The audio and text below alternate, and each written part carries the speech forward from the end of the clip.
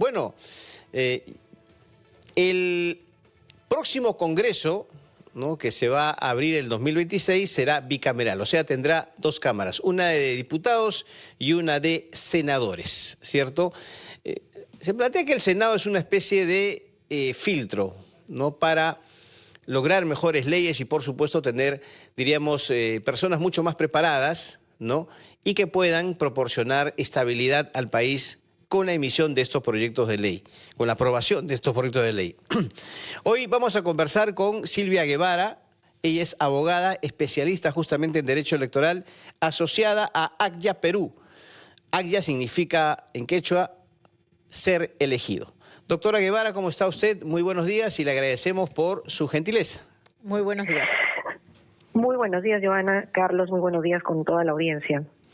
Bueno, a ver, la pregunta es, diríamos, ¿qué facultades, qué poder tendrá este Senado, este próximo Senado, ¿no? Se restablece el Congreso bicameral desde 1992 y cómo va a impactar en la población, en cada uno de nosotros.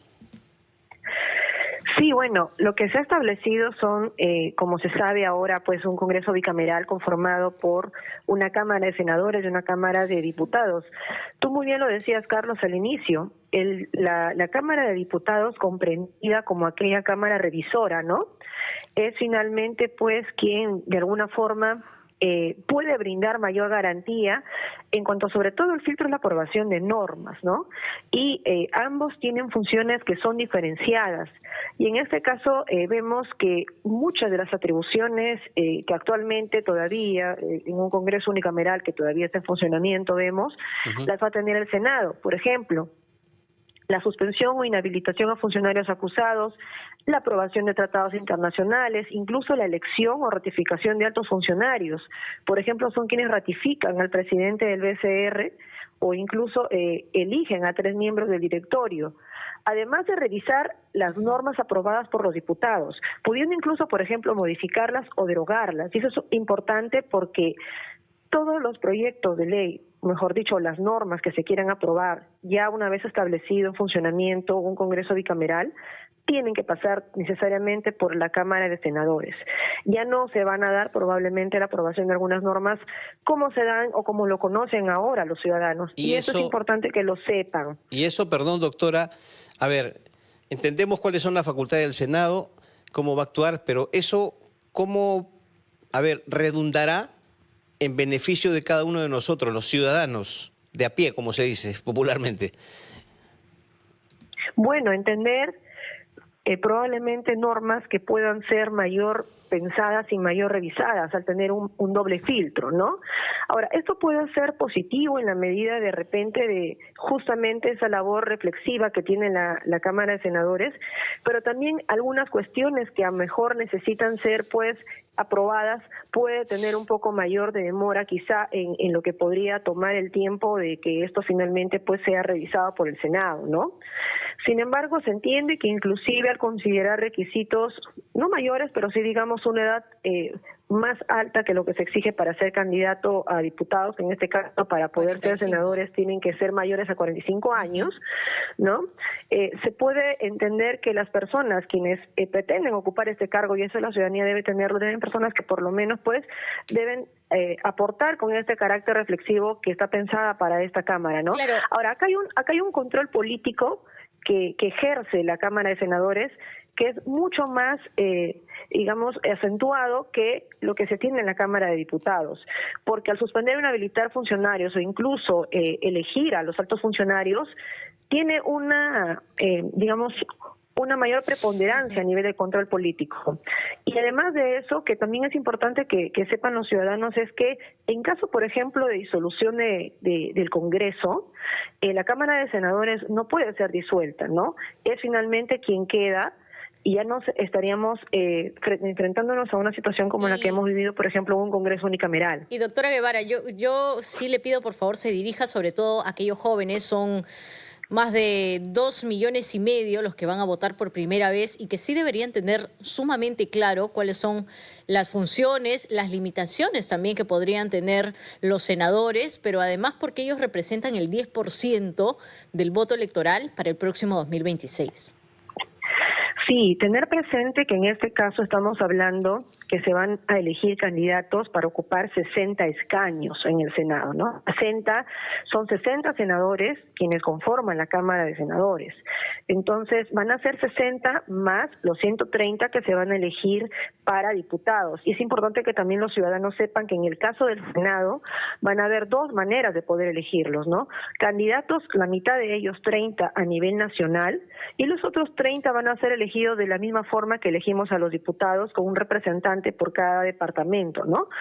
Entonces, acá es importante sobre todo que tengamos en cuenta que es importante quienes vamos a elegir para senadores, sobre todo porque se entiende que va a elegir un mayor control y fiscalización a lo que realiza, en este caso, las actuaciones a nivel también, no sobre todo, del gobierno, ¿no? Por el hecho de que justamente ejerce este nombramiento, ratificaciones, el control político y esta función legislativa que la tienen a nivel revisora. Quien sigue manteniendo la labor de iniciativa legislativa va a ser la Cámara de Diputados, es decir, la Cámara de Diputados van a seguir proponiendo los proyectos de ley. En este caso, el Senado no tiene necesariamente esta prerrogativa.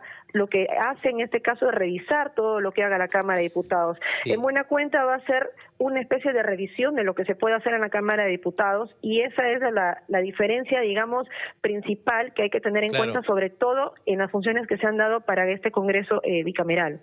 Estamos conversando con Silvia Guevara Pérez, abogada especialista en Derecho Electoral y asociada a ACYA Perú.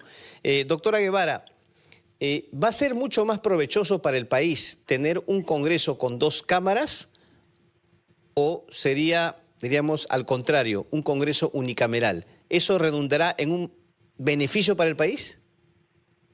Desde la perspectiva del ciudadano, esto podría demandar un mayor presupuesto, lógicamente, pero desde la perspectiva a nivel del funcionamiento de lo que viene a ser el mismo Congreso, esto puede ser positivo en la medida justamente de que va a haber una mayor revisión de leyes, por lo menos es lo que se espera, ¿no? Y eso va a depender de a quiénes elegimos como senadores.